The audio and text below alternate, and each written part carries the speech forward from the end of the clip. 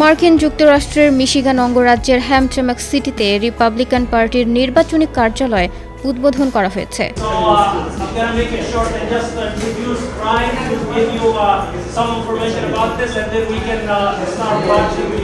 আগামী নভেম্বরে যুক্তরাষ্ট্রের প্রেসিডেন্ট নির্বাচনকে সামনে রেখে গত শনিবার বিকেলে সিটির জসেম কম্পোতে এই অফিসের উদ্বোধন করা হয়।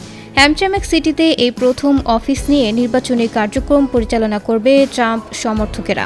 হ্যামট্রাম্যাক সিটিতে এই প্রথম রিপাবলিকান পার্টির সমর্থকেরা নির্বাচনী কার্যালয় পাওয়ায় উচ্ছ্বসিত শহরের মেয়র আমির গালিব।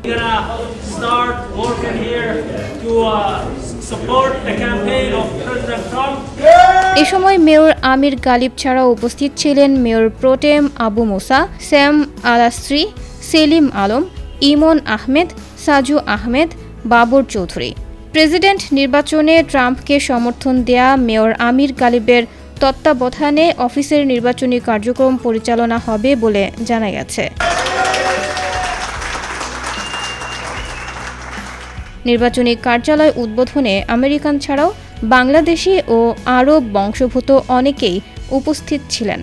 এদিকে আগামী 10 অক্টোবর বৃহস্পতিবার নির্বাচনী প্রচারণা অফিসের জমকালো উদ্বোধন উদযাপন করতে প্রথমবারের মতো হ্যামট্রাম্যাক সিটিতে পা রাখতে পারেন ট্রাম্প। তাছাড়া ওই দিন ডেট্রয়েট ইকোনমিক ক্লাবে রিপাবলিকান প্রেসিডেন্ট মনোনীত প্রার্থী ট্রাম্পের বক্তব্য দেওয়ার কথা রয়েছে।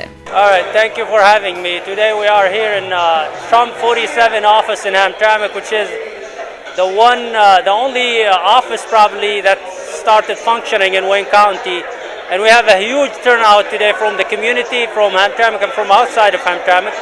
People who came to register to volunteer and to support the campaign. So I thank everyone who came today, and I look forward to meeting more people today. We're going to start watching President Trump's speech in Pennsylvania in a little bit. And anyone who is interested to volunteer for the campaign is welcome to join us here. The office will be open, and we welcome everyone to join us.